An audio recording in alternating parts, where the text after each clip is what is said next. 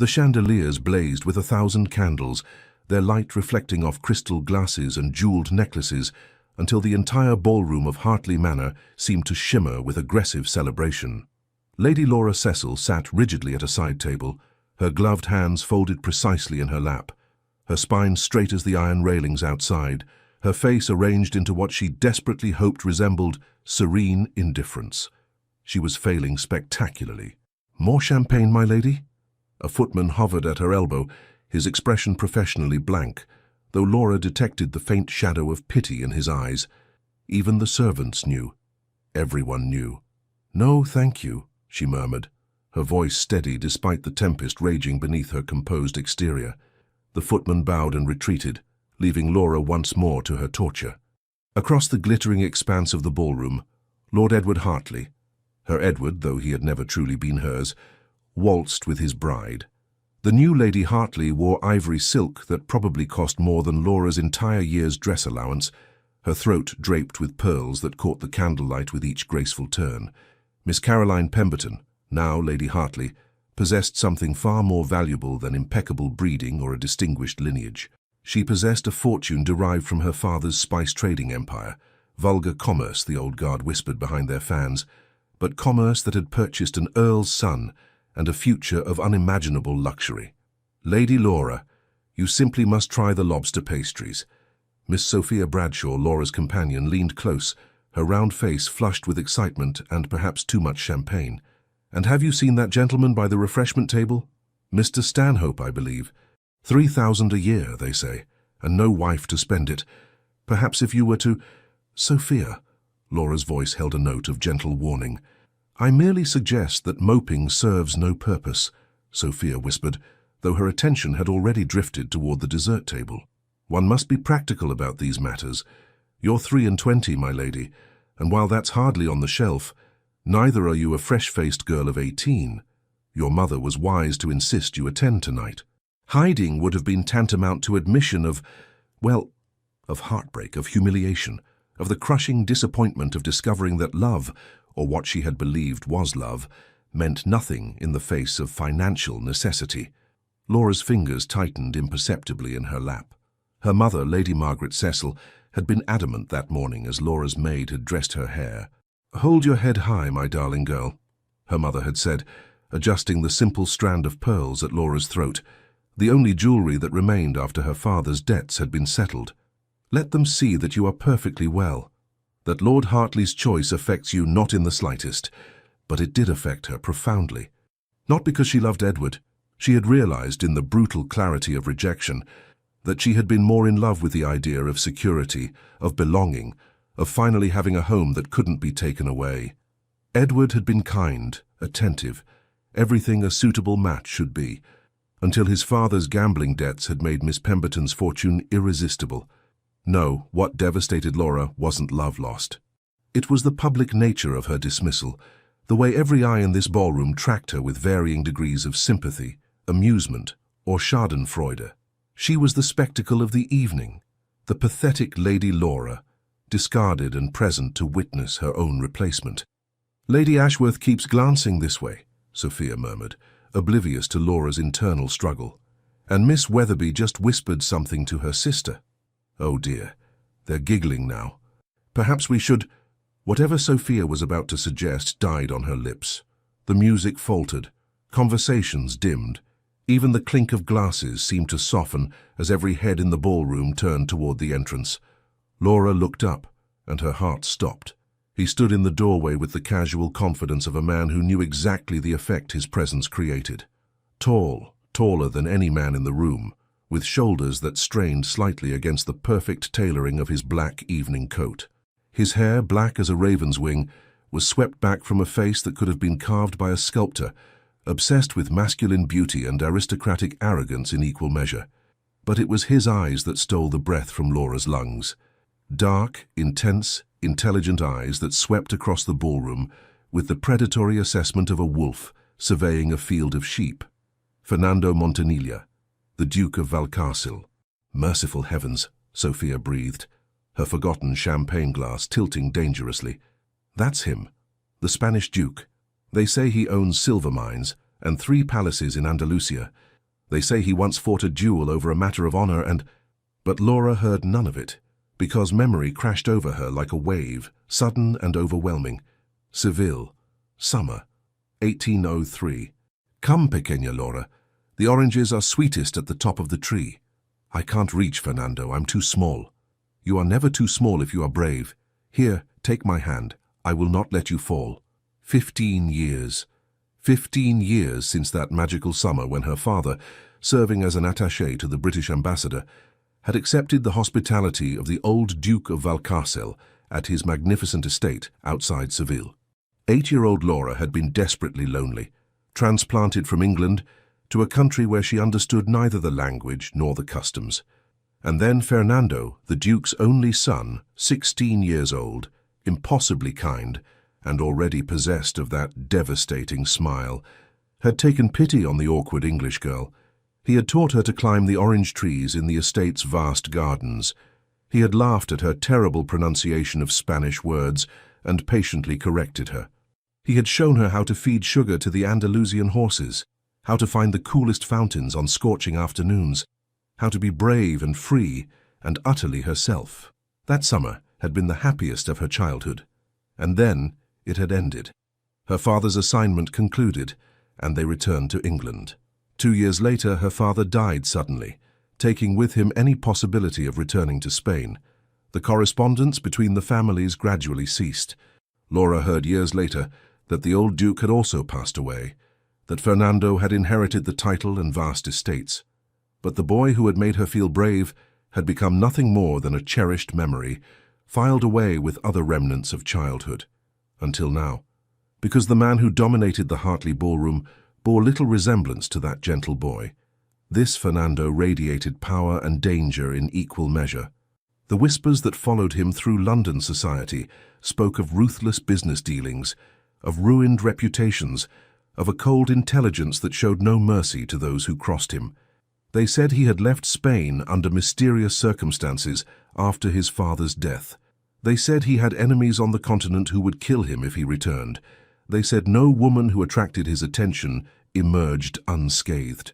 "He's coming this way," Sophia gasped, gripping Laura's arm with surprising strength. "Lady Laura, the Duke of Valcarcel is coming toward our table." Laura's pulse thundered in her ears. Surely he wouldn't remember her. She had been a child, insignificant, one of dozens of diplomatic guests who had passed through his father's estate over the years. But as Fernando drew closer, cutting through the parted crowd with leonine grace, his dark eyes fixed directly on her, something in his gaze suggested memory, recognition, and something far more dangerous. He stopped before their table. Up close he was even more imposing. His presence seemed to fill the space, making the air feel charged, electric. The faint scent of sandalwood and something indefinably foreign reached Laura's senses. The entire ballroom held its collective breath. Fernando bowed with the fluid elegance of continental aristocracy, his eyes never leaving Laura's face. When he spoke, his voice was deep, melodious, carrying the faint rolling accent of Castilian Spanish that transformed even English words into something exotic and compelling. Lady Laura Cecil. Not a question, a statement. He knew exactly who she was. "Forgive my presumption, but you appear to be in urgent need of better air and more interesting company than this gathering provides." He extended his hand, his gaze intensifying with something between challenge and invitation. "Would you do me the honor of accompanying me to the gardens, and have the goodness to pretend that you desire my company as much as I desire yours?" The last words were pitched low, meant only for her ears, but they carried an intimacy that sent heat flooding through Laura's body. Sophia made a strangled sound. Somewhere behind them, a glass shattered. The music had stopped entirely now, and 300 pairs of eyes fixed on Lady Laura Cecil and the Duke of Valcarcel. Laura's mind reeled. He remembered. After 15 years he remembered. But there was more in those dark eyes than simple recognition. There was heat, intensity, and something almost predatory that both terrified and thrilled her. Every rule of propriety screamed at her to refuse. A lady did not accept invitations from dangerous foreign dukes. A lady did not allow herself to be led into darkened gardens by a man with such a scandalous reputation. But Lady Laura was already ruined in the eyes of this assembly. The pathetic, jilted woman, an object of pity and mockery. What did she have left to lose? A spark of rebellion, dormant for years beneath layers of propriety and careful restraint, suddenly flared to life in her chest. She placed her hand in his. His fingers closed around hers, strong, warm, infinitely confident, and something electric passed between them at the contact. Fernando's smile was slow, devastatingly masculine, transforming his severe features into something that made Laura's breath catch. "Wise choice, pequeña Laura," he murmured, so softly only she could hear the childhood endearment.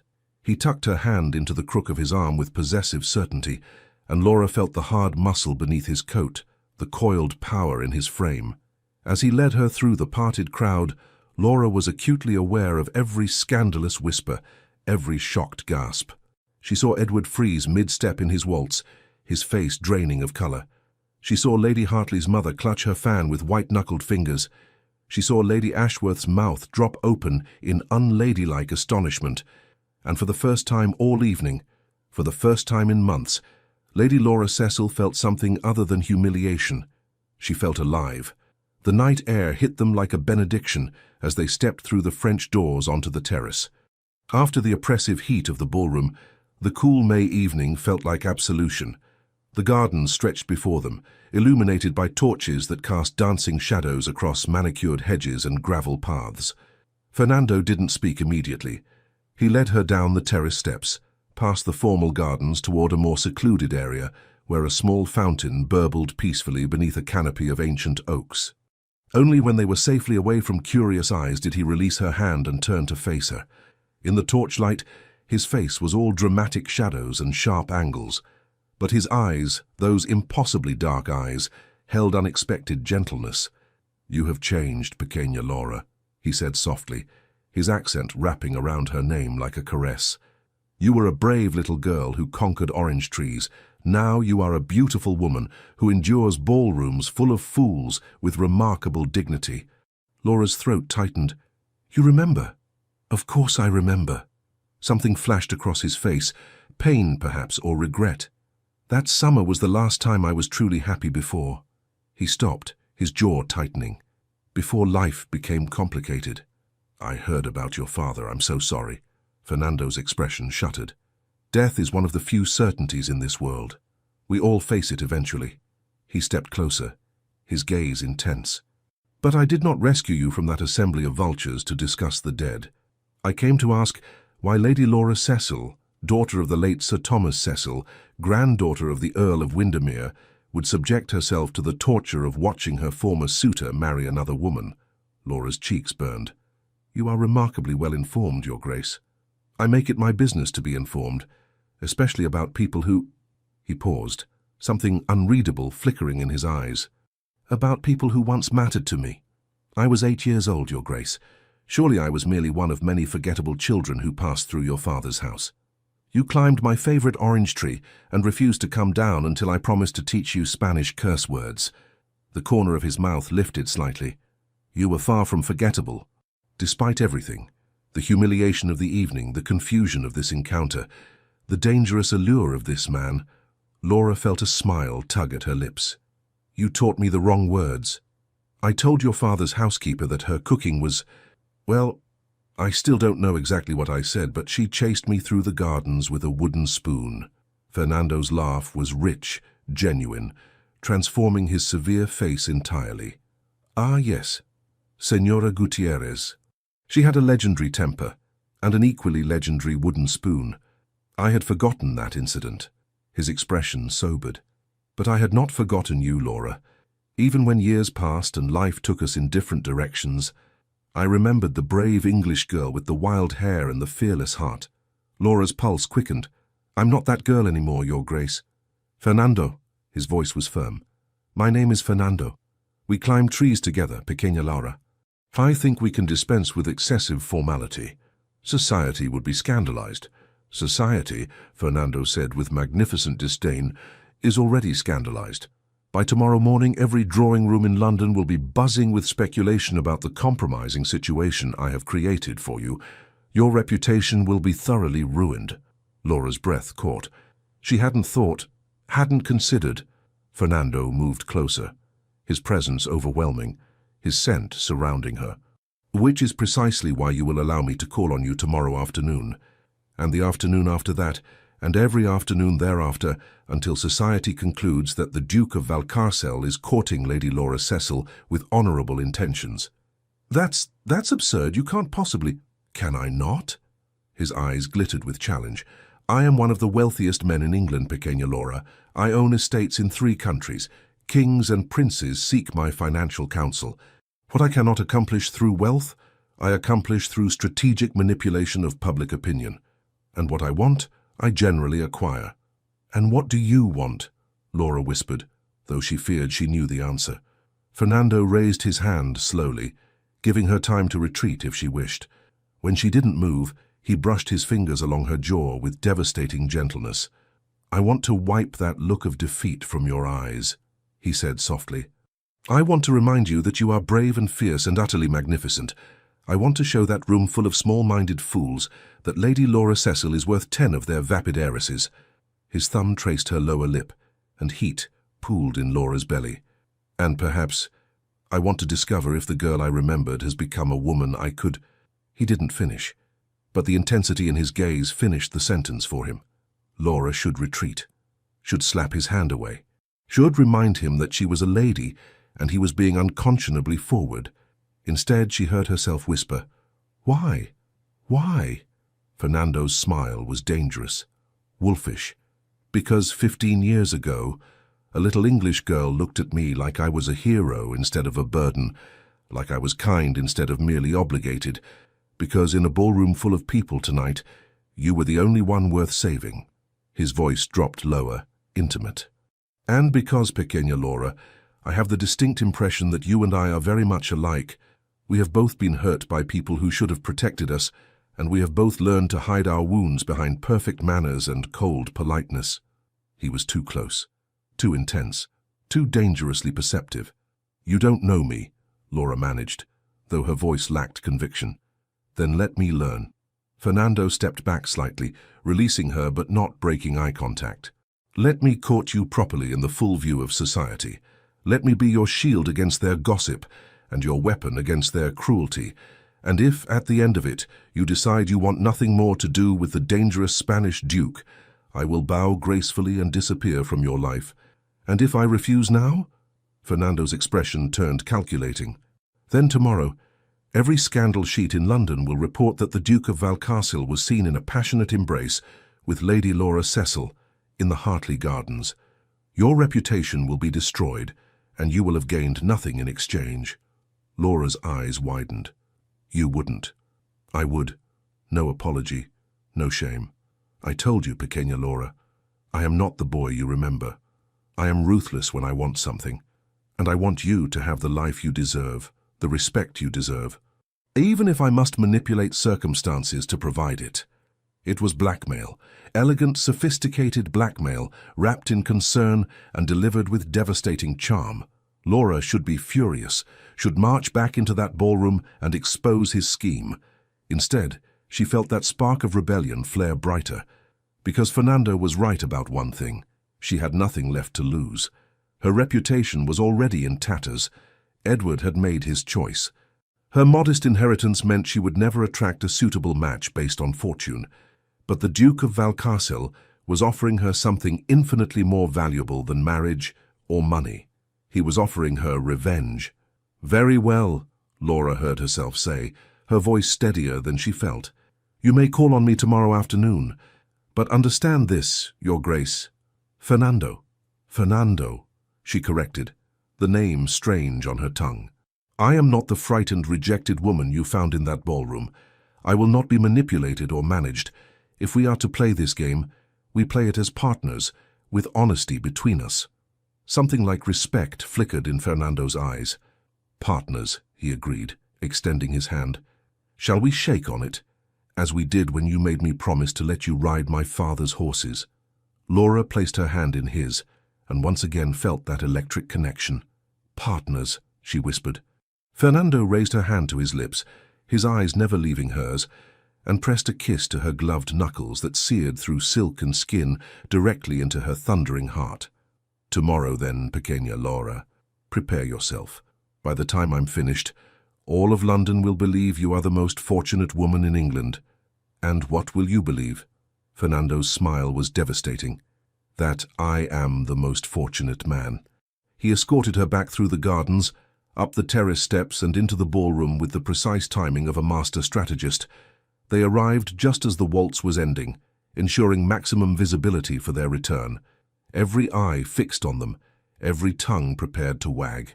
Fernando bowed over Laura's hand with courtly precision, his voice carrying clearly across the suddenly silent room. "Until tomorrow, Lady Laura. I shall count the hours." And then he was gone, striding through the parted crowd with the confidence of a man who had just claimed a prize everyone else had overlooked. Laura returned to her table, where Sophia sat frozen with shock, her mouth opening and closing like a landed fish. "My lady," Sophia finally gasped. "What just happened?" Laura reached for Sophia's abandoned champagne and took a long sip, her eyes meeting Edward's shocked gaze across the ballroom. "I believe," Laura said calmly. "I've just been rescued by a wolf." And for the first time in months she smiled. The scandal broke like a thunderstorm over London society the next morning. Laura sat in the cramped morning room of the Cecil townhouse, a modest establishment in an unfashionable corner of Mayfair, and watched her mother read the morning papers with increasing horror. "This is disastrous," Lady Margaret Cecil declared, her usually serene face pale with shock. The Duke of Valcarcel was observed in intimate conversation with Lady Laura C. in the gardens of Hartley Manor, leading many to speculate about the nature of their acquaintance. "Laura, what were you thinking?" "I was thinking," Laura replied with surprising calm as she spread marmalade on her toast, "that I was already the subject of gossip. At least now they're gossiping about something interesting." "Interesting?" Her mother's voice rose to an unprecedented pitch. "The Duke of Valcarcel is not interesting, my dear. He is dangerous. They say he killed a man in Spain. They say he fled the continent to escape prosecution. They say a great many things, Mama, most of which are likely exaggerated or entirely fabricated." Laura took a deliberate bite of toast, pleased with her own composure. "And regardless of what they say, the Duke is calling here this afternoon, and I intend to receive him." Lady Margaret's teacup clattered into its saucer. "Calling? Here? Laura, we cannot possibly. That is, our circumstances are hardly—" "He knows about our circumstances, Mama. He knows everything." Laura met her mother's worried gaze steadily. "And he doesn't care." That, at least, was partially true. Fernando had made it clear that Laura's lack of fortune meant nothing to him. What he hadn't made clear was why he was willing to attach his name to hers, risking his own reputation to salvage what remained of hers. What game was he truly playing?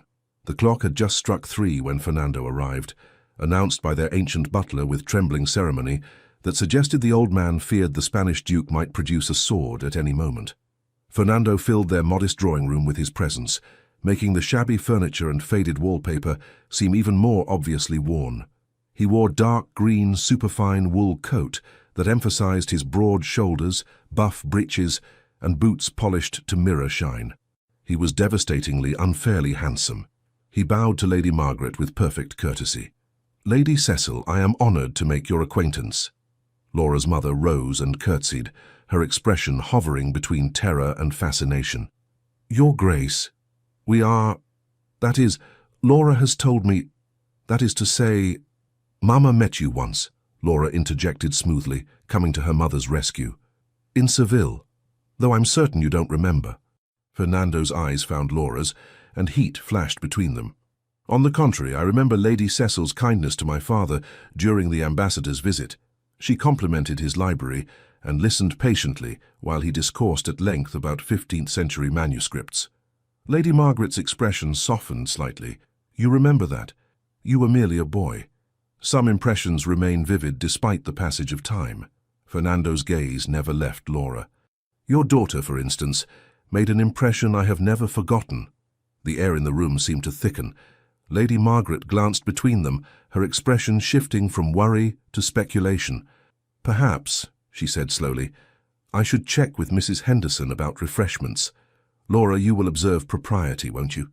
"Of course, Mamma." The moment her mother departed, leaving the door strategically ajar, Laura noted, Fernando crossed to where Laura stood near the window. "Your home is charming," he said, though his tone suggested he found nothing charming about their obviously reduced circumstances. "You're a terrible liar." Laura kept her voice light. "Our home is shabby and small and barely respectable, but it's ours, and we're not in debtor's prison, so I consider us fortunate." Fernando's jaw tightened. "Your father left debts. Substantial ones. Gambling, mostly. He was a brilliant diplomat and a dreadful card player. A fatal combination." Laura moved away from the window, needing distance from Fernando's overwhelming presence. "We sold almost everything to satisfy his creditors. This house and a small income are what remained. It's sufficient for Mama and me, though it makes me unmarriageable to anyone seeking fortune with their bride." "You're not unmarriageable, you're selective." Fernando followed her, his movement predatory.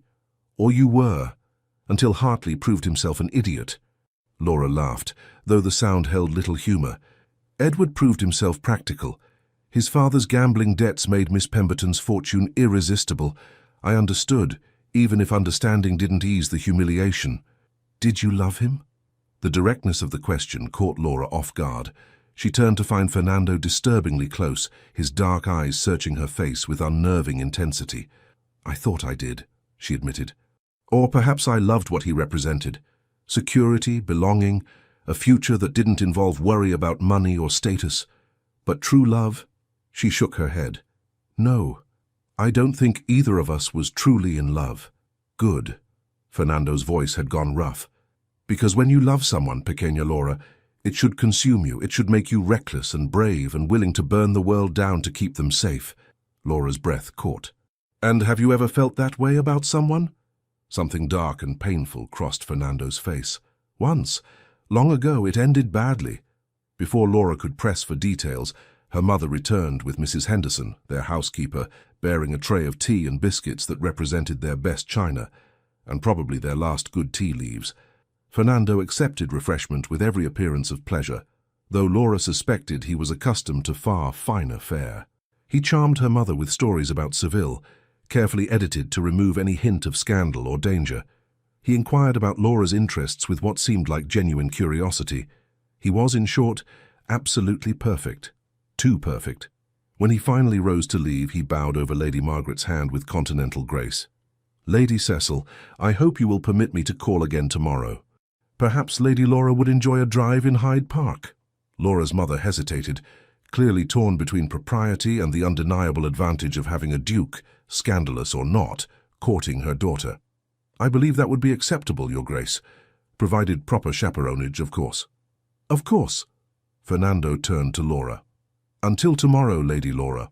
He held her gaze a moment too long, his eyes conveying messages she couldn't quite decipher, but felt in every nerve ending.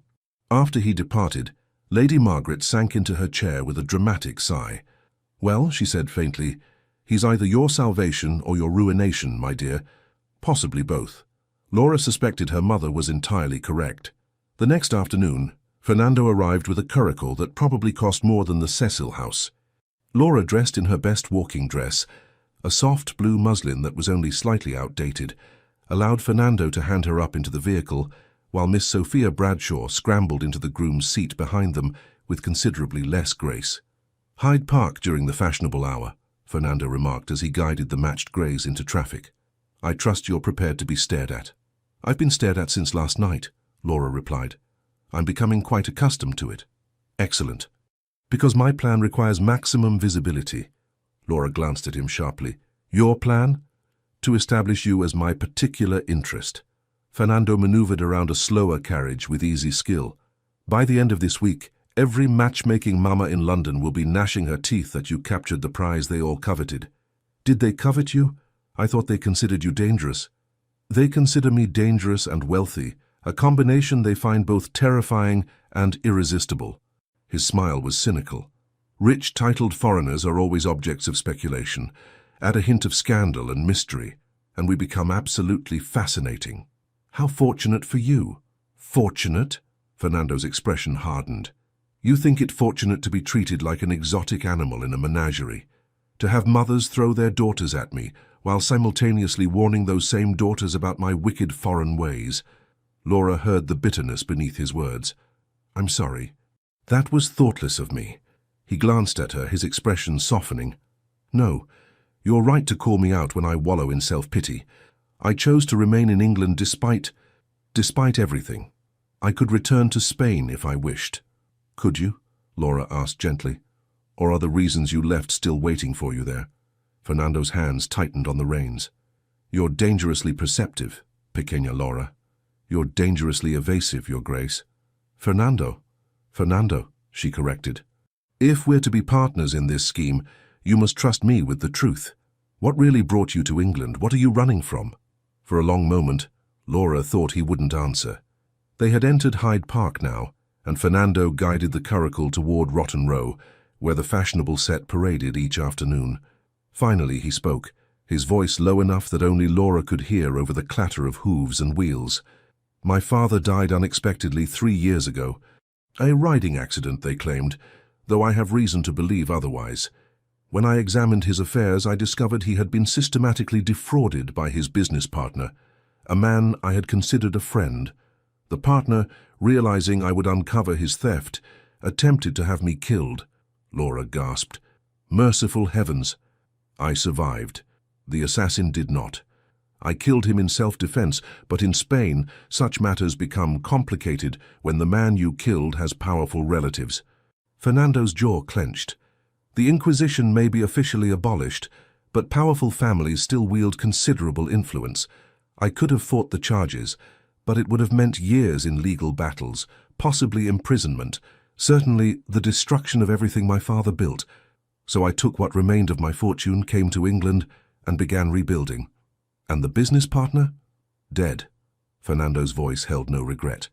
"He had the poor judgment to flee to London. We had a confrontation. He fell from a bridge into the Thames, regrettable." The casual way Fernando described the man's death sent a chill through Laura. This was not the gentle boy who had taught her to climb orange trees. This was a man who had learned to be ruthless, to protect himself in a world that had tried to destroy him. "You're afraid I'm shocked," Fernando observed, noting her silence. "I'm not shocked," Laura said slowly.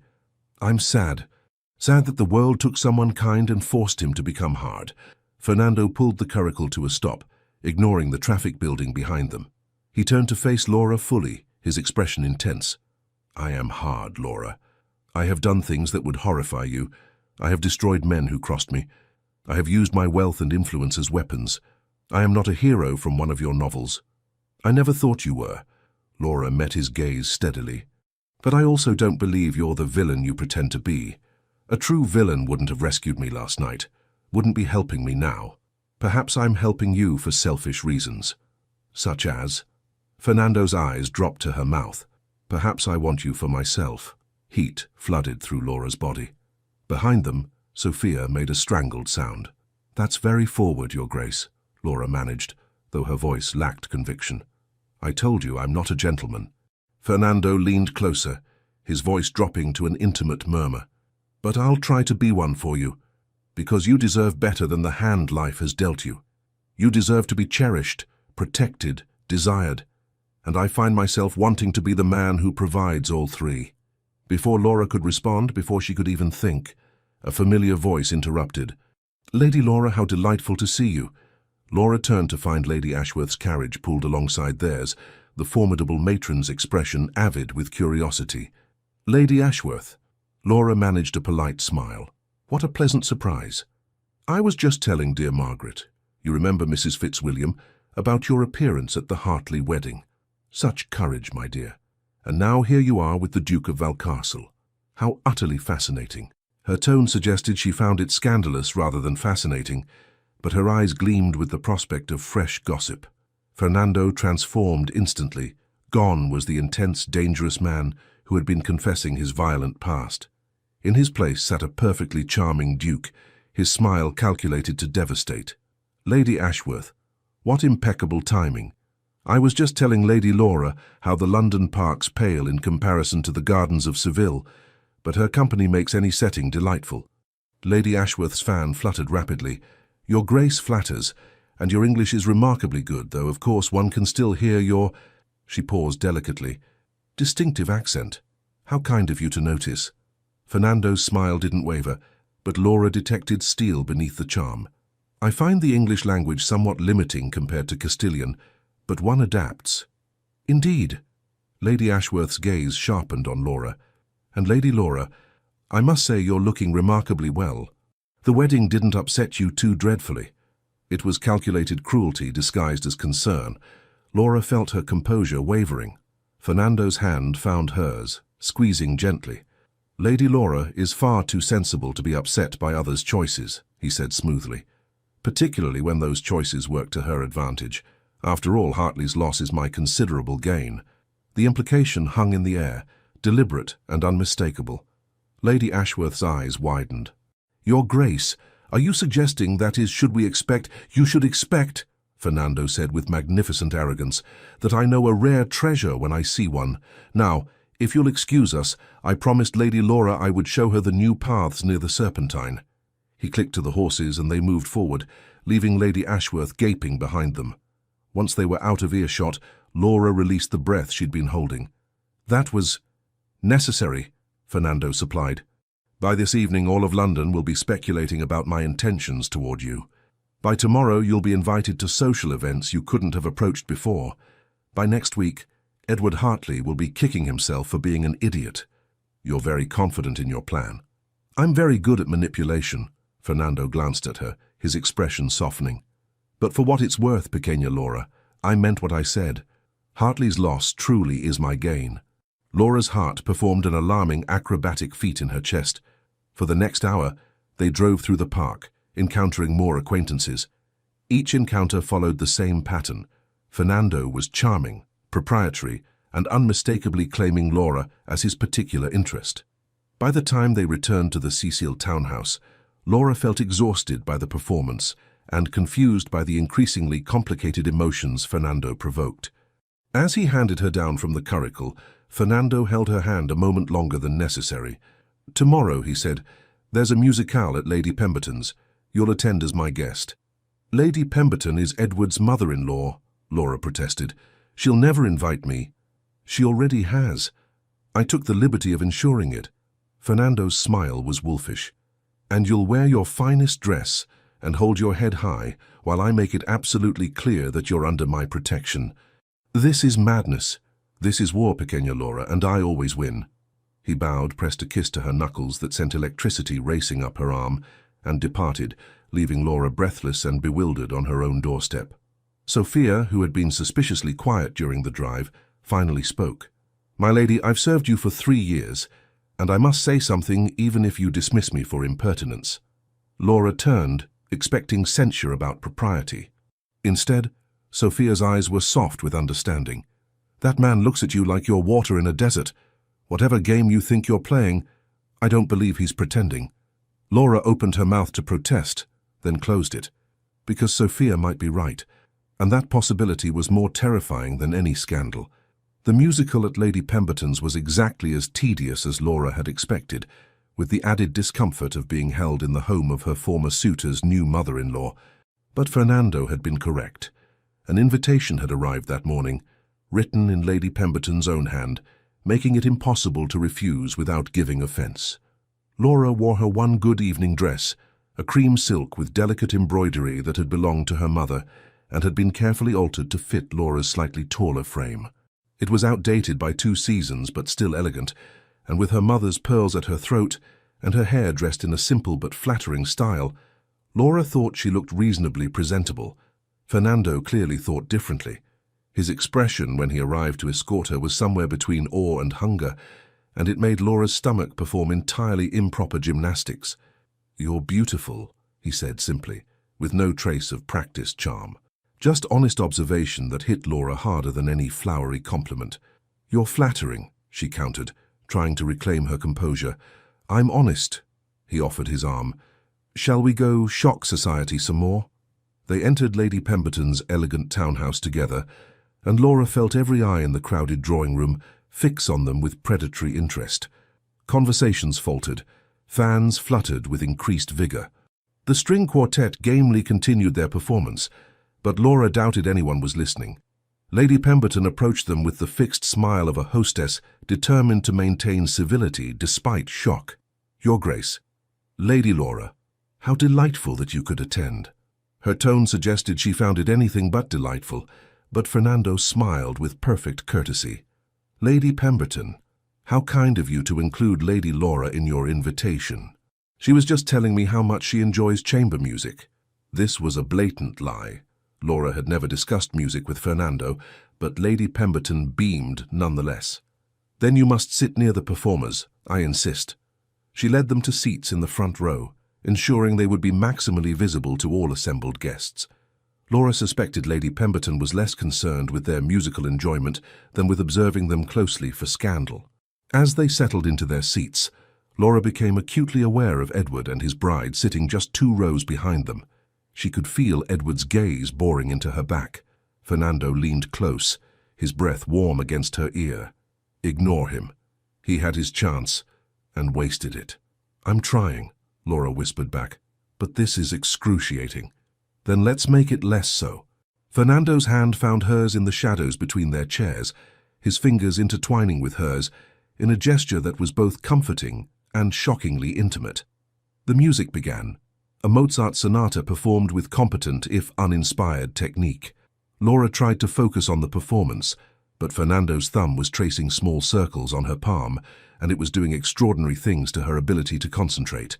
"Stop that!" she hissed under cover of a particularly vigorous passage. "Stop what?" His voice was innocence itself, but his eyes danced with mischief. "You know exactly what. If you mean am I touching you in a manner designed to distract you from your discomfort and remind you that you're a desirable woman currently being courted by a duke, then yes, I'm doing that quite deliberately." Heat flooded Laura's cheeks. "Fernando, say my name again. I like how it sounds in your voice." This was dangerous. They were in public, surrounded by people watching their every interaction, and Laura was rapidly losing control of both the situation and her own treacherous heart. The sonata ended. Polite applause filled the room. Lady Pemberton stood to announce a brief intermission before the next performance. Fernando rose and offered Laura his hand. "A walk in the conservatory. I believe Lady Pemberton has a fine collection of orchids." It was blatant. Walking unchaperoned with a man in a darkened conservatory was practically a declaration of intimate intentions. Laura should refuse. Instead, she placed her hand in his and allowed him to lead her from the drawing room, acutely aware of the scandalized whispers that followed them. The conservatory was indeed beautiful, a glass structure filled with exotic plants that perfumed the air with heavy, intoxicating scents. A few other guests wandered the paths, examining the botanical specimens, but Fernando guided Laura to a more secluded corner where the shadows were deeper and the sounds from the house more distant. "You're playing with fire," Laura said, trying to reclaim some control. "Every person in that room will be gossiping about this tomorrow. Let them." Fernando turned to face her, his expression serious. "Laura, I need to tell you something.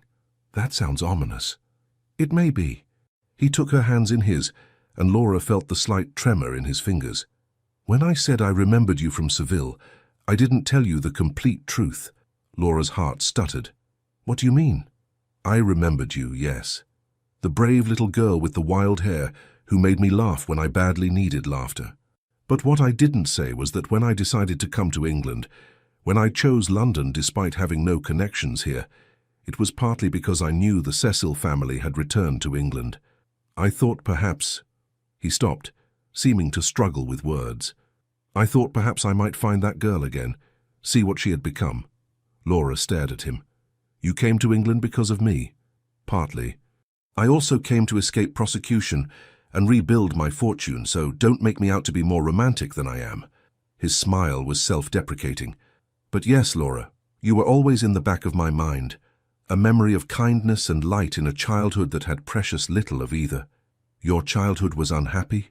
Laura whispered. "My father loved me, but he was often absent, focused on his diplomatic work and business ventures. My mother died when I was young. I was raised by tutors and servants in a vast empty house." His thumb stroked across her knuckles. "That summer you came, you brought life into that house. You laughed, you asked endless questions, You climbed my trees and fed my horses and generally created delightful chaos. When you left, the silence was unbearable. Tears pricked Laura's eyes. Fernando, I'm not telling you this to make you feel guilty, he said quickly. I'm telling you because you deserve to know that this isn't just a game to me, that helping you, protecting you, it matters. You matter. Laura's world tilted on its axis. This wasn't supposed to happen. This was supposed to be a practical arrangement, a strategic alliance to salvage her reputation.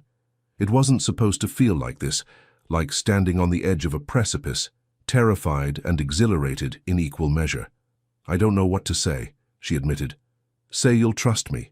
Fernando raised one hand to cup her face, his touch gentle despite the intensity in his eyes. Say you'll let me help you. Say you'll consider the possibility that perhaps fate brought us back together for a reason. Laura should be cautious, should remind him that they barely knew each other, that 15 years and childhood memories were insufficient foundation for any real attachment. Instead, she heard herself whisper, I'll try. Fernando's smile was radiant, transforming his face entirely. That's all I ask. He leaned closer, and for one heart-stopping moment, Laura thought he might kiss her. But instead, he pressed his lips to her forehead in a gesture so tender it made her throat ache. Come, we should return before your reputation is completely destroyed. They walked back through the conservatory, their hands still linked, neither quite willing to break the contact. As they reached the door to the drawing room, a figure stepped from the shadows. Edward Hartley. Laura froze. Fernando's hand tightened on hers. Laura, Edward said, his voice strained. Might I have a word? No, Fernando replied before Laura could speak. You might not. Edward's face flushed. I was addressing Lady Laura, not you. Lady Laura is under my protection. Fernando's voice dropped to something dangerous. And I don't permit men who have hurt her to make further demands on her time. Hurt her, Edward's voice rose. I was perfectly honest about my situation. My father's debts required you to cast aside a woman you had courted for months in favor of a richer bride. Yes, we all understand your reasoning. That doesn't make it less cowardly. Edward took a step forward, his hands clenching into fists. How dare you? Stop! Laura's voice cut through the rising tension. She looked at Edward, seeing him clearly for perhaps the first time. Fernando is right. You were honest about your financial necessity, and I understood. But you were also cowardly in how you handled it. You let me hear about your engagement through gossip, rather than having the courage to tell me yourself. You didn't end our understanding so much as simply replace me. Edward's face went from red to pale. Laura, I know you never meant to hurt me, but you did. And I'm done allowing you to occupy space in my thoughts or heart. She squeezed Fernando's hand, drawing strength from his solid presence. I wish you happiness in your marriage, Edward. Truly. But I also wish for you to leave me alone. She turned and walked back into the drawing room, Fernando at her side, leaving Edward standing alone in the conservatory doorway. As they reclaimed their seats for the second half of the musicale, Fernando leaned close. You were magnificent, he murmured. Laura's hands were shaking, but she felt strangely light, as if she had set down a burden she hadn't realized she'd been carrying. I was honest, she replied. It's liberating. Then be honest with me now. Fernando's eyes searched hers. This arrangement between us, is it still just a practical alliance to salvage your reputation? Or has it become something more? Laura's heart thundered. The truth would make her vulnerable, would give Fernando power to hurt her worse than Edward ever had. But hadn't she just said honesty was liberating? It's become more, she whispered. I don't know what exactly, but it's more. Fernando's smile was triumphant, tender, and utterly devastating. Good, he said, because, pequeña Laura, I fully intend to make you fall in love with me. And as the music swelled and society watched with avid curiosity, Laura realized with equal parts terror and excitement that he was well on his way to succeeding. 3 weeks. 3 weeks of calculated courtship, strategic appearances at society events, and increasingly intimate conversations that left Laura more confused and more deeply entangled with Fernando than she had ever intended. 3 weeks of his constant presence. Drives in Hyde Park, attendance at the opera, even a chaperoned visit to the British Museum, where Fernando had surprised her with his extensive knowledge of ancient history and made her laugh by comparing various society matrons to Roman empresses plotting in the Forum. 3 weeks of carefully constructed respectability that had transformed Laura from a figure of pity into an object of fascination and envy. And 3 weeks of growing desire that was becoming increasingly difficult to ignore. Laura was no fool. She recognized the signs of a woman falling in love, the way her heart leapt whenever Fernando entered a room, the way his smile could illuminate her darkest moments, the way even his most casual touch sent heat racing through her veins. She was falling, had probably already fallen, and she had no idea if his feelings matched her own or if this was still, at its core, a game he was playing with masterful skill. The question was answered, partially and disastrously, on a mild June afternoon when Laura received an urgent note from Fernando requesting she meet him at his townhouse on Grosvenor Square. It was scandalous, an unmarried woman visiting a bachelor's residence, even in broad daylight. But the note's urgency troubled Laura enough that she convinced Miss Sophia to accompany her as chaperone. Fernando's townhouse was everything the Cecil residence was not. Grand, perfectly maintained, furnished with the latest taste and obvious wealth. A solemn butler admitted them and led Laura to Fernando's private study. He was standing at the window when she entered, his posture rigid, his shoulders tense in a way Laura had never seen before. "Fernando?" She approached carefully, aware of Sophia hovering anxiously in the doorway. "What's wrong?" He turned, and Laura's breath caught. His face was ashen, his eyes dark with something between rage and despair. "Close the door," he said to Sophia, "but remain in the hallway." Sophia obeyed, though her expression suggested she thought this highly improper. Once they were alone, Fernando crossed to Laura and took her hands in his. His grip was tight, almost painful. "I've received word from Spain," he said without preamble.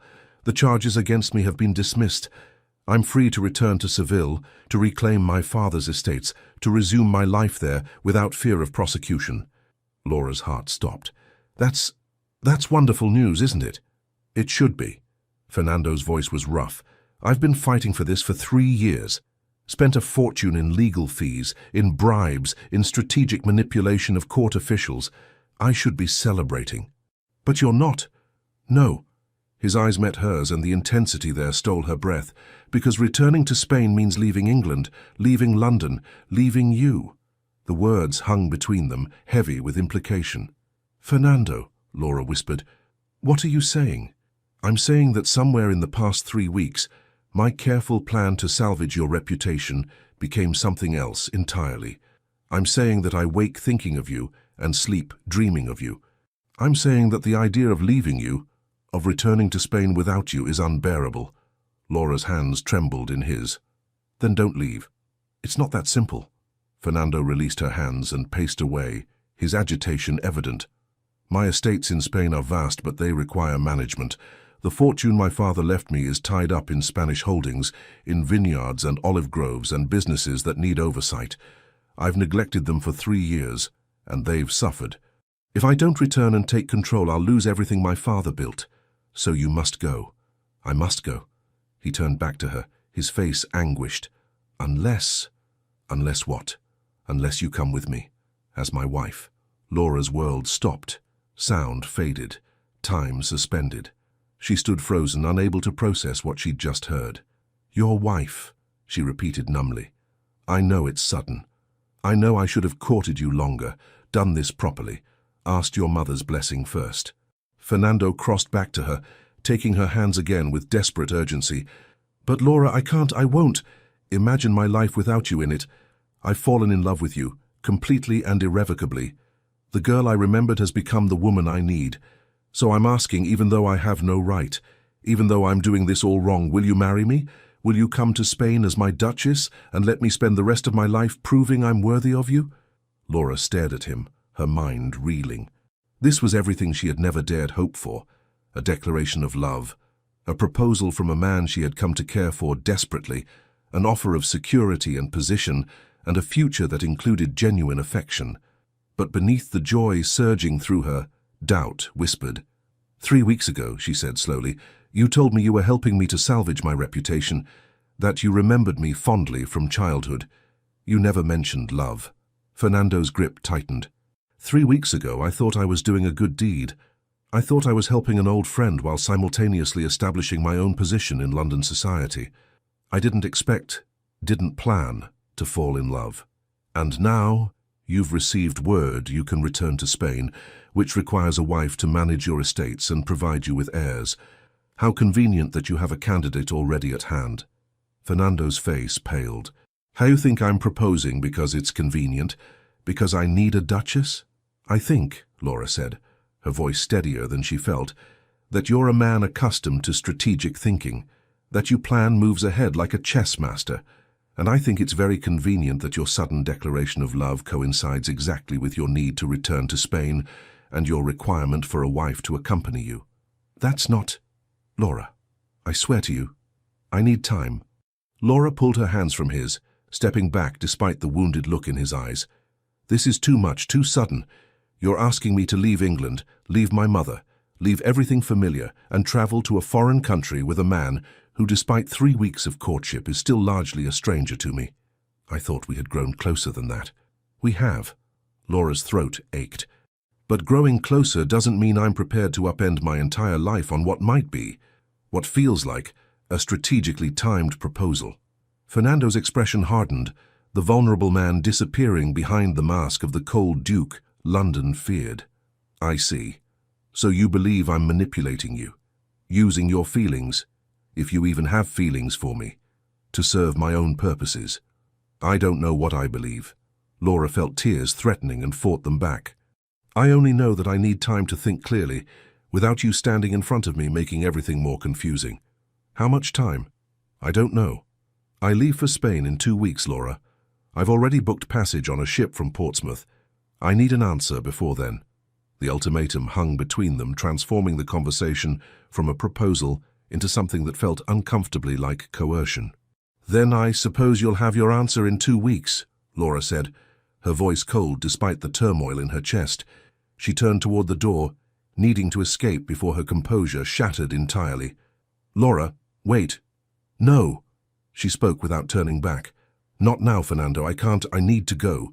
She fled his study, collected the bewildered Sophia, and departed his townhouse in what could only be described as ignominious retreat. The scandal broke the next morning. Laura woke to her mother entering her bedchamber, her face white with shock, clutching a scandal sheet. Laura, you must see this. It's absolutely appalling. With shaking hands, Lady Margaret passed the paper to her daughter. The headline made Laura's stomach drop. Spanish Duke entraps desperate lady. Love or calculated fortune hunting? The article was devastating. Written in the gleeful, malicious tone scandal sheet specialized in, it painted Fernando as a fortune hunter who had targeted Laura specifically because her desperate circumstances made her vulnerable to manipulation. It claimed Fernando's estates in Spain were bankrupt, that he needed an English wife to provide him with funds and respectability, that his entire courtship had been calculated to entrap a woman too humiliated by rejection to think clearly. It quoted anonymous sources who swore Fernando had laughed about how easily Laura had fallen for his scheme. It suggested his Spanish title might be fraudulent. It insinuated that his reasons for leaving Spain were far more scandalous than mere legal troubles. The article destroyed Fernando's reputation and Laura's with surgical precision. This is lies, Laura said numbly. All of it. Fernando is wealthy. His title is legitimate. He never... Whether it's lies or truth hardly matters, her mother said gently. Society will believe what it wishes to believe. And right now, with this published, any association with the Duke of Valcarcel will destroy you far more thoroughly than Lord Hartley's rejection ever could. Laura felt the room spinning. Just yesterday she had been worried about the sincerity of Fernando's proposal. Now, regardless of his true feelings, association with him was social poison. The doorbell rang. Voices drifted up from the entrance hall. Loud, angry voices. Lady Margaret moved to the window and gasped. Laura, there are people outside, gathering. This is... Oh, my dear, this is very bad. Laura joined her mother at the window and felt ice flood her veins. At least 24 people crowded the street outside their modest townhouse, some clearly curious onlookers, others holding copies of the scandal sheet, still others shouting accusations and crude remarks about Spanish rogues and desperate spinsters. "We're under siege," Laura whispered. The butler appeared at the bedroom door, his expression deeply troubled. "Lady Cecil, Lady Laura, I fear I must inform you that several callers have arrived, and their purpose seems hostile. I've refused them entrance, but they're most insistent." Before Lady Margaret could respond, the sound of breaking glass echoed from downstairs. Someone had thrown something through the front window. "Get away from the window!" Lady Margaret pulled Laura back just as another projectile, it looked like a cabbage, splattered against the glass. This was madness. This was a nightmare. And somewhere across London, Fernando was facing the same or worse. Laura spent the day trapped in her own home, listening to the crowd outside grow larger and more aggressive. Twice the Bow Street runners had to be summoned to disperse the mob. Invitations that had flooded the Cecil townhouse over the past weeks were withdrawn. Messengers arrived hourly with notes expressing regret that previous invitations had been extended in error. By evening, Laura was pacing her room like a caged animal, her mind reeling. She didn't believe the article's accusations. Fernando was many things: ruthless, calculating, dangerous, but he wasn't a fraud or a fortune hunter. His wealth was real, his title legitimate, his feelings were the question that tormented her. Had he truly fallen in love with her? Or had yesterday's proposal been, as she had accused, a matter of strategic convenience? And did it even matter now, with both their reputations in ruins? A soft knock sounded at her door. Sophia entered, her face pale. "My lady, there's a gentleman at the servants' entrance. He says he must speak with you urgently. He says it's a matter of life and death." Laura's heart leaped. "Fernando?" "No, my lady. Someone else. He wouldn't give his name, but he has a Spanish accent, and he says he has information about the Duke of Valcarcel that you need to hear." Every instinct screamed that this was dangerous, possibly a trap, but Laura was desperate for answers, and desperate people took risks. "Show him to the morning room. Tell Mama I'm receiving a caller, and make sure the footmen remain nearby." 5 minutes later, Laura entered the morning room to find a man waiting. Middle-aged, well-dressed in sober colors, with the bearing of a gentleman and eyes that held profound sadness. "Lady Laura," he bowed. "Thank you for seeing me. My name is Rafael Mendoza. I was Fernando Montanilla's father's solicitor and closest friend." Laura's pulse quickened. "You knew Fernando's father? You're from Spain?" "I arrived in London 3 days ago, bringing the legal documents confirming the dismissal of charges against Fernando." Rafael's accent was heavier than Fernando's, his English more formal. "When I read this morning's scandal sheet, I knew I had to speak with you immediately." "Why?" "Because the accusations in that article are not merely false. They are deliberate lies planted by a man who has been Fernando's enemy for years. A man who stands to gain everything if Fernando is destroyed." Laura sank into a chair, her legs suddenly unreliable. "Tell me everything." Rafael Mendoza's story unfolded like a Gothic novel, complete with betrayal, attempted murder, and a villain of staggering venality.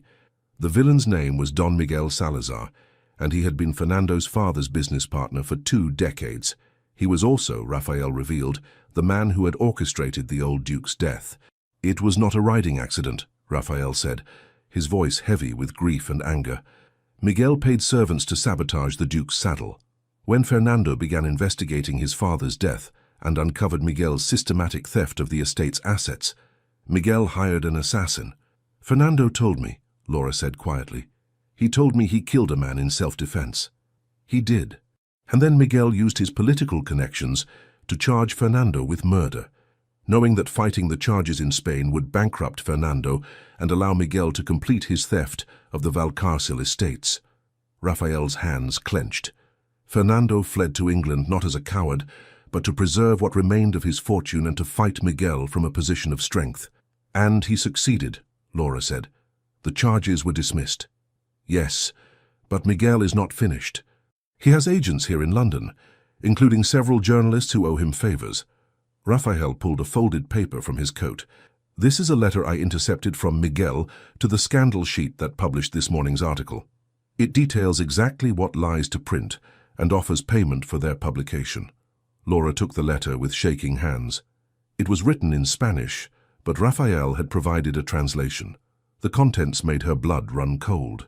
Miguel Salazar had targeted Laura specifically because Fernando's growing attachment to her was evident. By destroying Laura's reputation and painting Fernando as a calculating fortune hunter, Miguel hoped to either force Fernando to return to Spain in disgrace or, failing that, to make Fernando's position in London so untenable that he would be unable to return to Spain and reclaim his estates.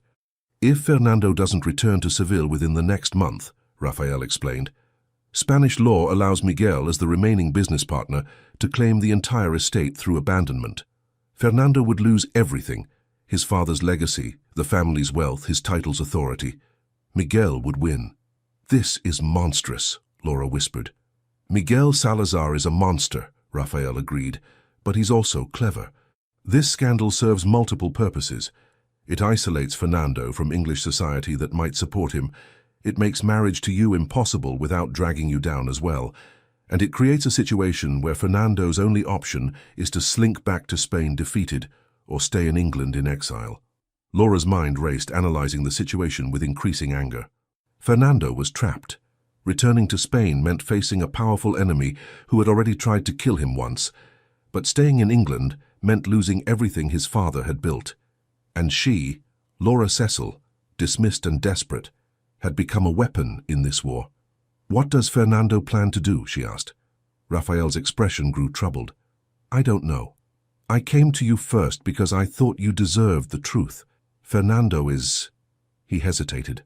Fernando has been hurt badly by those he trusted. By Miguel, who he considered an uncle.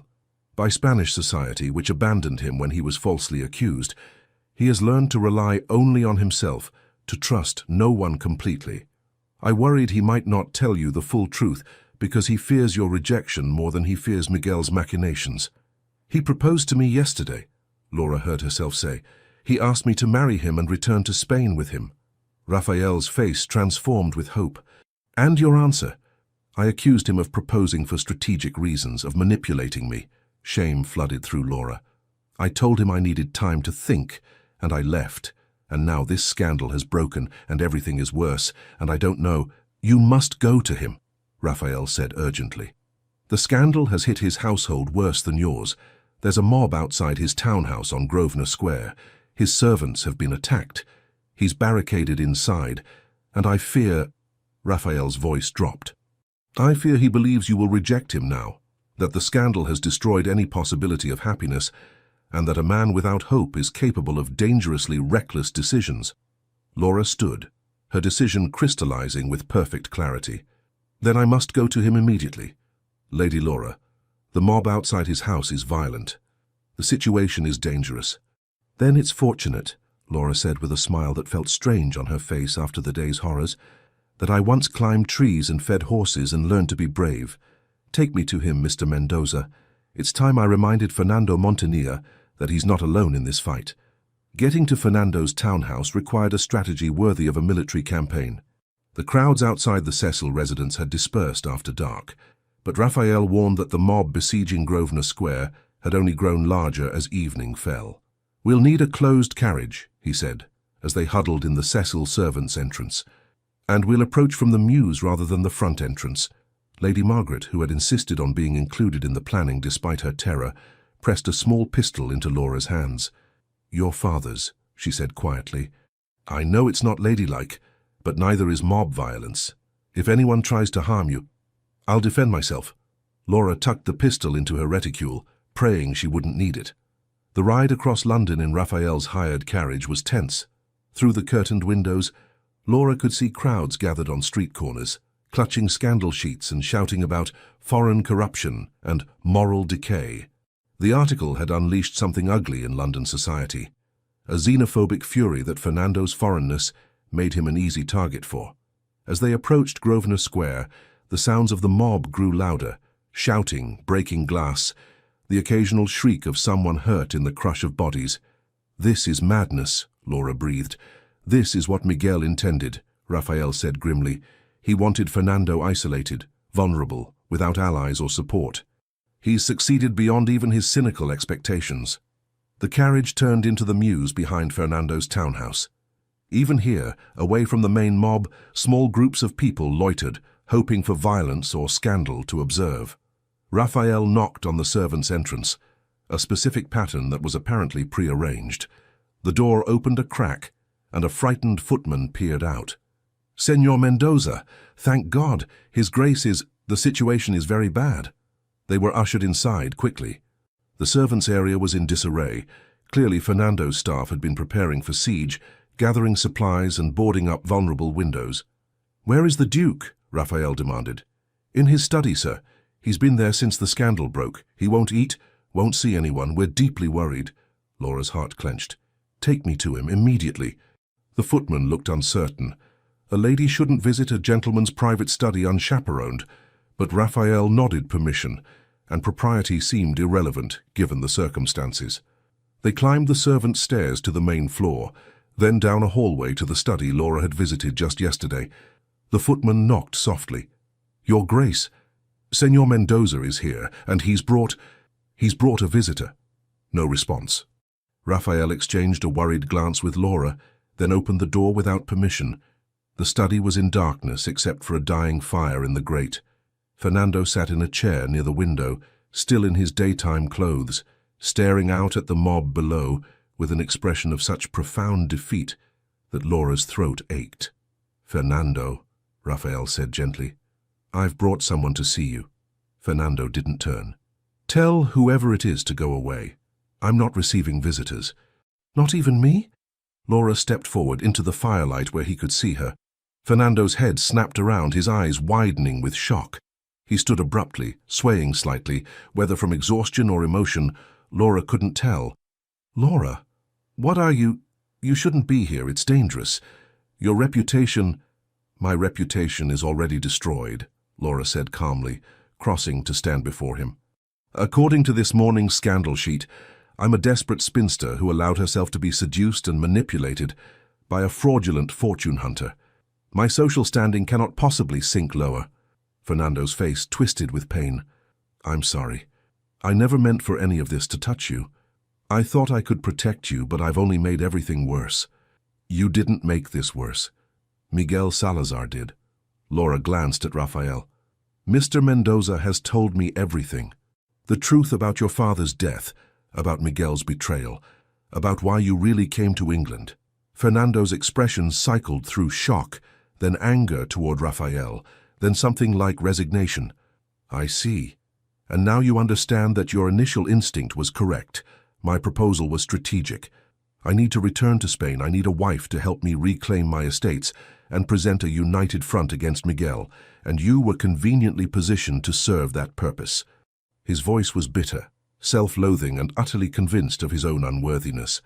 Laura wanted to shake him. Instead, she stepped closer, so close she could feel the heat radiating from his body, could see the shadows under his eyes from sleepless nights, could smell the sandalwood scent that had become so familiar. "You're wrong," she said softly. Fernando blinked. "What?" "You're wrong about why you proposed. Or at least you're not being entirely honest with yourself about your motivations." Laura raised her hand and cupped his face, feeling the muscle jump under his jaw at her touch. "Yes, you need to return to Spain. Yes, you need to defeat Miguel and reclaim your estates. But you didn't propose to me because I was convenient, Fernando. You proposed because somewhere in the past 3 weeks you fell in love with me." "Laura, let me finish." Her voice was firm. "I know you love me because I've seen it in every gesture, every word, every careful touch. I've seen it in how you look at me when you think I'm not paying attention. I've seen it in how you defend me, protect me, try desperately to give me the life you think I deserve. You love me, Fernando Montenilla, and the fact that your love coincided with your need to return to Spain doesn't make it less real. It makes it more complicated, certainly, but not less real." Fernando's hands came up to grasp her wrists, his grip almost painful in its intensity. "And what about you? Do you love me, Laura? Or do you just want the security my title and wealth provide?" Laura had come here prepared to be brave, but this required a different kind of courage, the courage to be utterly vulnerable with a man who had the power to destroy her heart more thoroughly than any scandal sheet ever could. "I love you," she said, and watched his eyes widen with shock and hope. "I fell in love with you so gradually. I didn't recognize it was happening until it was too late to protect myself. I love your intelligence and your cunning, and the way you look at me like I'm something precious and rare. I love that you remember a little girl who climbed your orange trees 15 years ago. I love that you're ruthless when necessary, but tender when you think no one is watching. I love even your arrogance and your manipulation, because they come from a place of protecting the people you care about. Laura. Her name was a prayer on his lips.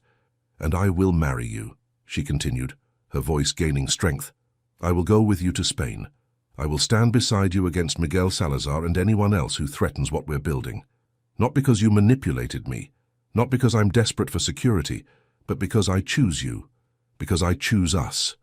Because a partnership built on mutual respect and genuine affection is worth fighting for. The scandal, will fade, eventually. But right now there's a mob outside your house and we need a plan.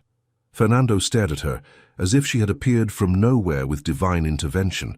Then slowly, a smile spread across his face, not the calculated, charming smile he used in society, but something genuine and luminous that made him look like the boy who had taught her to be brave. You want a plan? He pulled her closer until they were nearly touching. Very well, here's my plan. We marry immediately, by special license. Then we travel to Spain together, with Rafael and whatever staff is willing to accompany us. We arrive in Seville with you as my Duchess, presenting a united front that makes Miguel's accusations of fortune hunting look ridiculous. We reclaim my father's estates through the legal channels Rafael has prepared. And we build a life together, in Spain, in England, wherever we choose, because damn what society thinks. That's an excellent plan, Laura smiled, though you're missing a few details. Such as how we're getting out of this house past that mob, and how we're obtaining a special license when the Archbishop's office will have heard about the scandal, and how we're ensuring my mother doesn't die of apoplexy at the idea of me rushing into marriage with a supposedly disgraced duke. Fernando's smile turned wolfish. Leave those details to me. I told you, I'm very good at manipulation when properly motivated. And I'm properly motivating. Instead of answering with words, Fernando pulled her fully against him and kissed her. It was nothing like the chaste, careful kisses society permitted during courtship. This was desperate, passionate, claiming. A kiss that said mine and yours and finally, all at once. Laura's hands fisted in his coat, pulling him closer, and Fernando's arms banded around her with bruising intensity, as if he feared she might disappear if he loosened his grip. When they finally broke apart, both breathing hard, Rafael cleared his throat pointedly from the doorway where he'd been diplomatically watching the window rather than the kiss. If you two are quite finished, we should discuss logistics. The mob outside is growing more violent, and I received word that some of Miguel's paid agitators are encouraging them to actually breach the house. Fernando's expression hardened, the lover disappearing behind the calculating duke. Then we implement the contingency plan. Rafael, alert the staff that we're evacuating tonight. Send word to the docks to prepare my ship. We'll depart for Portsmouth immediately, rather than waiting 2 weeks. Tonight? Laura asked. But my mother, my belongings. We'll send for your mother once we're safely out of London, and she can follow with your belongings by a later ship if she chooses. Fernando's hands framed her face. Laura, I won't risk your safety. If that mob decides to attack, they won't distinguish between me and anyone unfortunate enough to be with me. We leave tonight, while we still can. Laura wanted to argue, but the sound of breaking glass from somewhere below decided her. Then I suppose we're eloping, she said with more calm than she felt. Fernando's smile was fierce with admiration. You're remarkable. Do you know that? I climbed your orange trees, Laura reminded him. I was always remarkable. You just had to remember it. The escape from Fernando's besieged townhouse was accomplished with a combination of careful timing, generous bribery, and Rafael's strategic thinking. While Fernando's remaining servants created a distraction at the front entrance, shouting and throwing open shutters as if preparing to address the mob, Fernando, Laura, Rafael, and 2 trusted footmen slipped out through the mews with minimal luggage. They didn't take Fernando's crested carriages, which would be instantly recognized. Instead, they climbed into a nondescript hired coach that Rafael had arranged and departed into the London night like thieves escaping justice.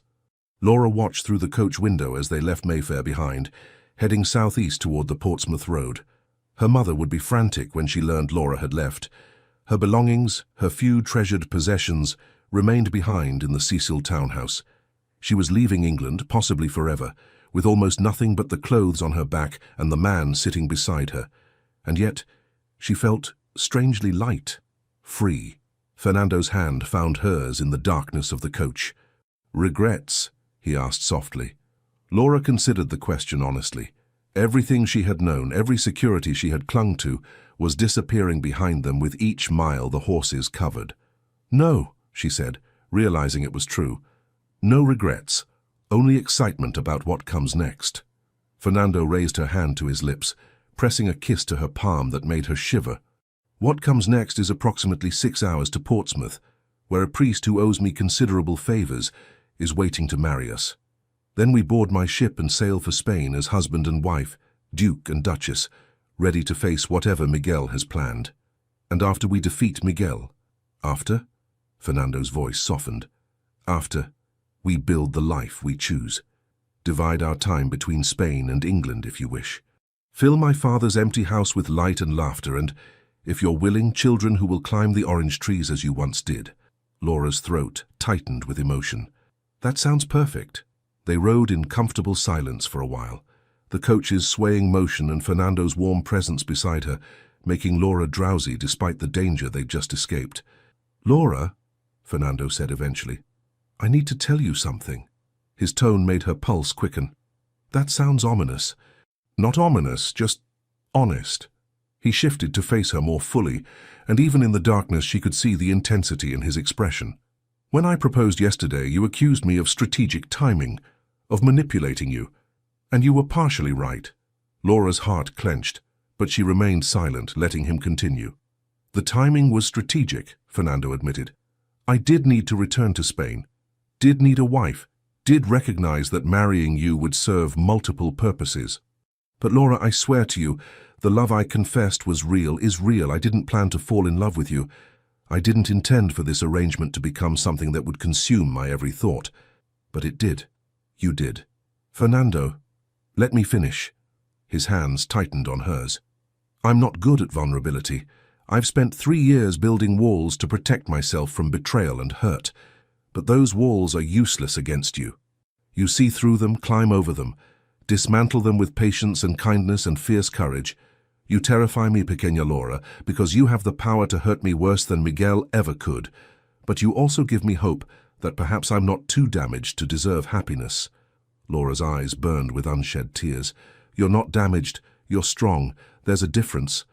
"Perhaps." Fernando cupped her face, his thumb brushing away a tear that had escaped. "But either way, I want you to know, whatever happens in Spain, whatever we face together, you're not my strategic alliance or my convenient solution. You're my partner, my equal, the person I choose every day, regardless of what logic or strategy might dictate." "I choose you too," Laura whispered, "every day, without regret." Fernando kissed her again, slower this time, sweeter, filled with promise and hope rather than desperation. When they finally drew apart, Laura asked the question that had been nagging at her. "What will we do about Miguel? If he's as powerful and connected as Raphael says, then we'll outmaneuver him." Fernando's voice turned cold, calculating. "Miguel's weakness is his arrogance. He believes I'm isolated, defeated, without resources or allies. He believes I'll return to Spain alone and vulnerable. Instead, I'll arrive with you, a duchess from an impeccable English family, with connections to diplomatic circles through your late father. We'll have Raphael's legal documentation proving Miguel's fraud, and we'll have the support of my father's old friends, men who have been waiting for me to return and reclaim what's rightfully mine. It sounds dangerous. It will be. Miguel doesn't forgive, and he doesn't surrender." Fernando's expression was grim. "But I won't risk you unnecessarily. When we confront him, you'll be safely protected." Laura raised her eyebrows. "Protected, I think not. If we're partners, Fernando, then I stand beside you when you face your enemies. Not behind you, not safely tucked away." "Laura, no." Her voice was firm. "I didn't agree to marry you so you could wrap me in cotton wool and hide me from anything unpleasant. I agreed to be your duchess, your partner, your equal. That means I face the dangers with you."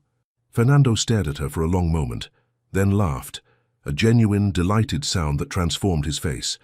"You really are the bravest person I've ever met. Very well, we face Miguel together. But if things go badly, Pequeña Laura, promise me you'll run. Promise me you'll save yourself. Only if you promise the same." "That's not—" "Exactly," Laura smiled. "We're in this together, Fernando, for better or worse, starting tonight." They reached Portsmouth just before dawn. The priest Fernando had mentioned was indeed waiting. An elderly man with kind eyes who asked no questions about their irregular situation and married them in a small church overlooking the harbour as the sun rose over the water. Laura wore the same travelling dress she'd worn escaping London. Fernando had no ring to offer. There were no flowers, no guests, no celebration. It was the most perfect wedding Laura could imagine.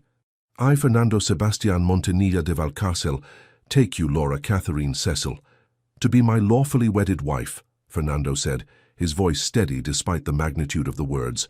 "I, Laura Catherine Cecil, take you, Fernando Sebastian Montanilla de Valcárcel, to be my lawfully wedded husband," Laura replied, and watched something like wonder cross Fernando's face. The priest pronounced them married. Fernando kissed her, gently, reverently, as if she was something infinitely precious and fragile, and Laura, daughter of a diplomat with more breeding than money, became Her Grace, the Duchess of Valcárcel. They boarded Fernando's ship within the hour, a sleek merchant vessel he'd purchased 2 years earlier for transporting his own goods between Spain and England. The captain, a weathered man named Harrison who'd served Fernando with unquestioning loyalty, didn't even blink at the request to depart immediately, rather than in 2 weeks. "Right you are, Your Grace, he said, nodding to both Fernando and Laura. "We'll catch the tide within the hour." Laura stood at the ship's railing as Portsmouth's harbour receded behind them, England disappearing into morning mist. Fernando came up behind her, his arms wrapping around her waist, his chin resting on her shoulder.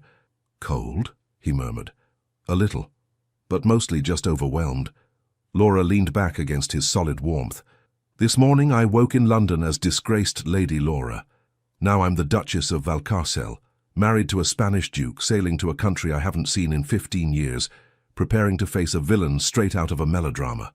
When you list it like that, it does sound rather absurd." Fernando's arms tightened. "Are you frightened?" "Terrified," Laura admitted, "but also excited. Is that strange?" "It's honest."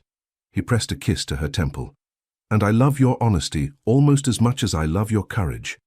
They stood together watching the English coastline fade, and Laura thought about the journey ahead, the confrontation with Miguel, the challenge of reclaiming Fernando's estates, the task of navigating Spanish society as a foreign duchess, the uncertainty of building a life in an unfamiliar place.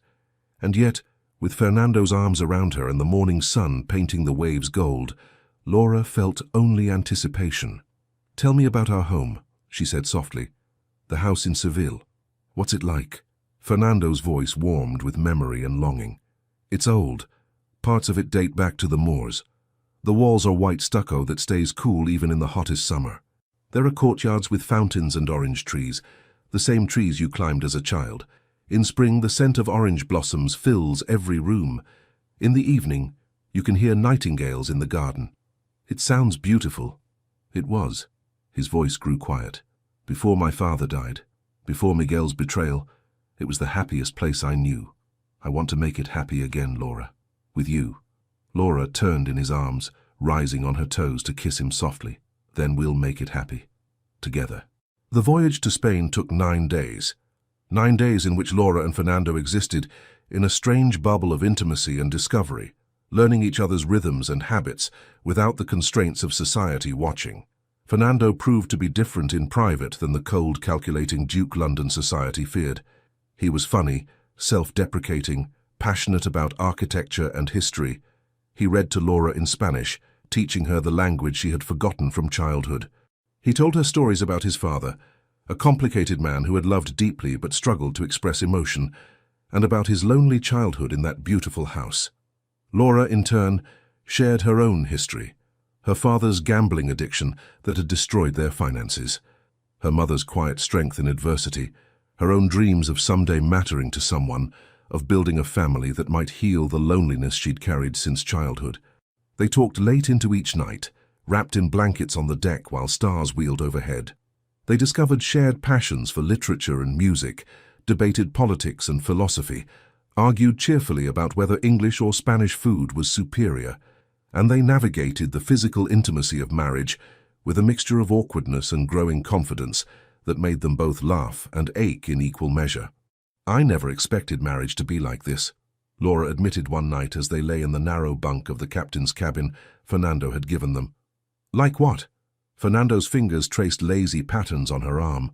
"Like friendship. Like choosing to be together rather than being forced by circumstance."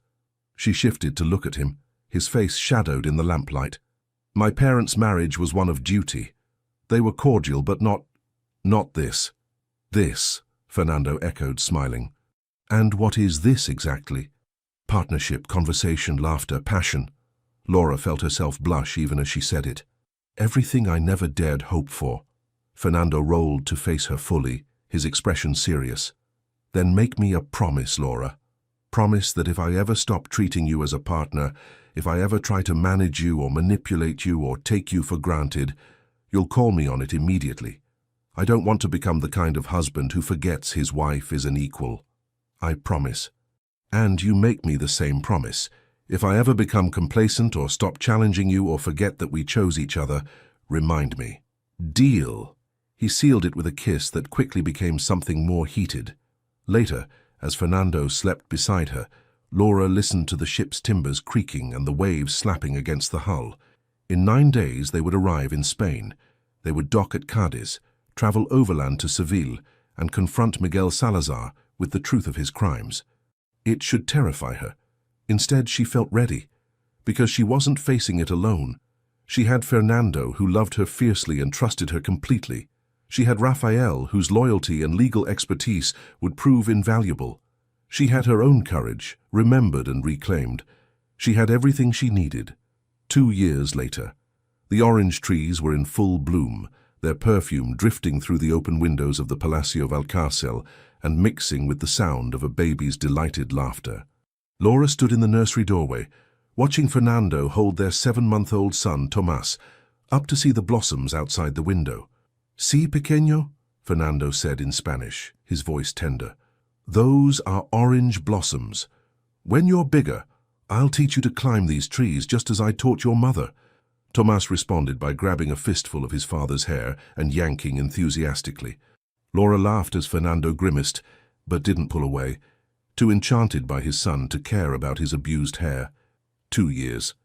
2 years since she and Fernando had arrived in Seville as newlyweds, armed with Rafael's documentation and a determination to reclaim what Miguel Salazar had stolen. The confrontation had been dramatic. Miguel had tried first to deny the accusations, then to intimidate them with his political connections, finally to flee when Rafael produced irrefutable proof of his fraud and conspiracy to murder. The Spanish courts had been remarkably swift once the evidence was presented. Miguel was currently serving a lengthy prison sentence, his own fortune seized to repay what he'd stolen. Fernando's estates had been restored. Not just restored, but expanded.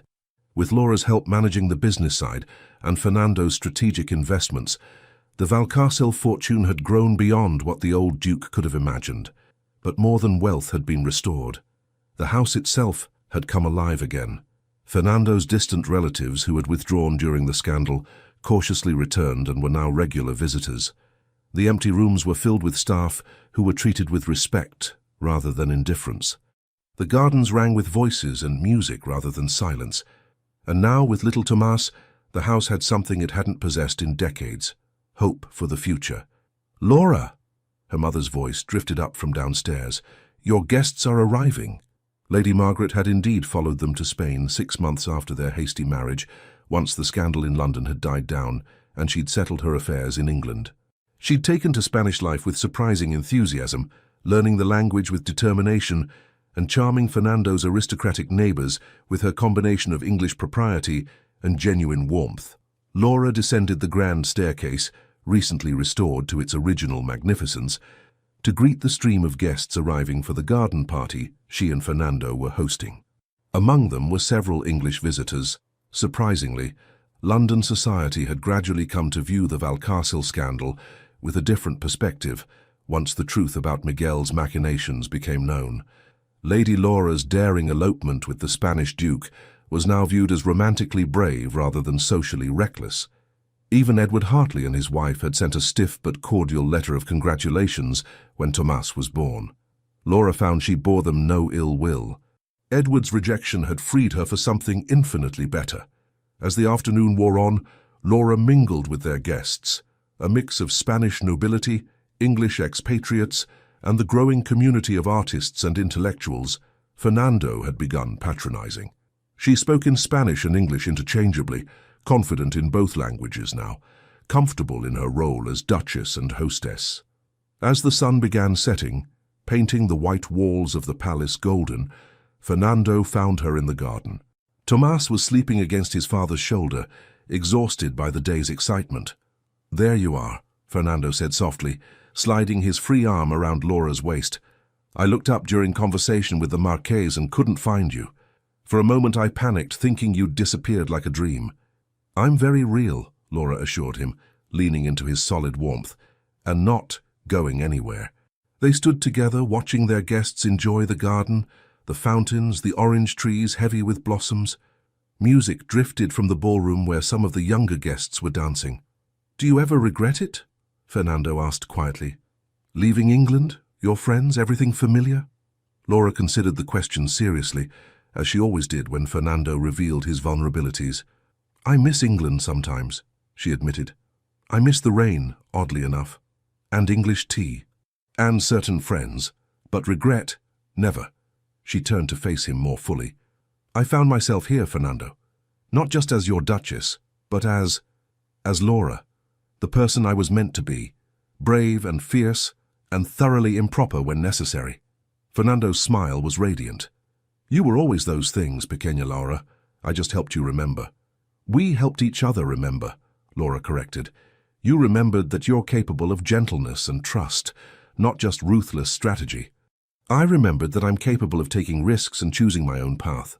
Tomas stirred against Fernando's shoulder, making small, sleepy noises. Laura reached out to stroke her son's dark hair, so like his father's, and felt her heart swell with contentment. This was everything she had never dared dream of. A partner who challenged and cherished her, a home that felt alive with possibility, a child who represented hope and future, a life built not on obligation or necessity, but on choice and love. "What are you thinking?" Fernando asked, reading her expression. "I'm thinking that sometimes the worst moments of our lives lead to the best. That humiliation at Edward's wedding led directly to this, to you, to Tomas, to this life. Are you suggesting we should thank Edward?" Fernando's tone was teasing. "Absolutely not. I'm suggesting we should thank ourselves for being brave enough to choose each other despite the obstacles." Fernando shifted Tomas carefully so he could pull Laura closer, kissing her with the practiced ease of 2 years of marriage, but also the tenderness of new discovery. "I choose you," he murmured against her lips. "Every day, today, tomorrow, and every day after." "And I choose you," Laura whispered back. "Always." From the ballroom, music swelled, a waltz, romantic and sweeping. Fernando grinned. "Shall we dance, Your Grace? We are hosting a party, after all." "What about Tomas?" "I'll take him." Lady Margaret appeared as if summoned, her eyes soft as she carefully extracted her sleeping grandson from Fernando's arms. "You two go dance. Enjoy being young and in love." She departed with Tomas, leaving Laura and Fernando alone in the garden as twilight deepened and the first stars appeared. Fernando bowed with exaggerated formality. "Lady Laura, forgive me. Her Grace the Duchess of Valcarcel, would you do me the honor of this dance?" Laura curtsied with equal theatricality. "I would be delighted, Your Grace." But as Fernando pulled her close and they began moving to the distant music, Laura dropped the pretense. "I love you," she said simply. "Thank you for remembering me. Thank you for finding me. Thank you for giving me this life." Fernando's arms tightened around her. "Thank you for being brave enough to climb into that curricle in Hyde Park, for trusting me despite my reputation, for choosing partnership over safety. They danced in the garden beneath the orange trees as night fell over Seville, and Laura thought about the girl she'd been, lonely, uncertain, defined by others' expectations and rejections. That girl was gone, transformed into a woman who knew her own strength, claimed her own desires, built her own happiness.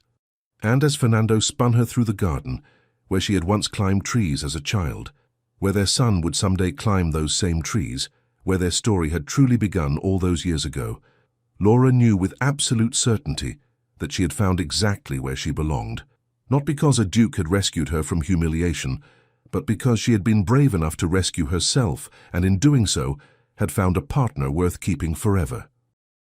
The end. Thank you so much for staying with us until the end of this story. We truly hope Laura and Fernando's journey touched your heart as much as it touched ours. If you felt moved, surprised, or simply entertained, please consider liking this video, sharing it with someone who loves romance, and leaving a comment below.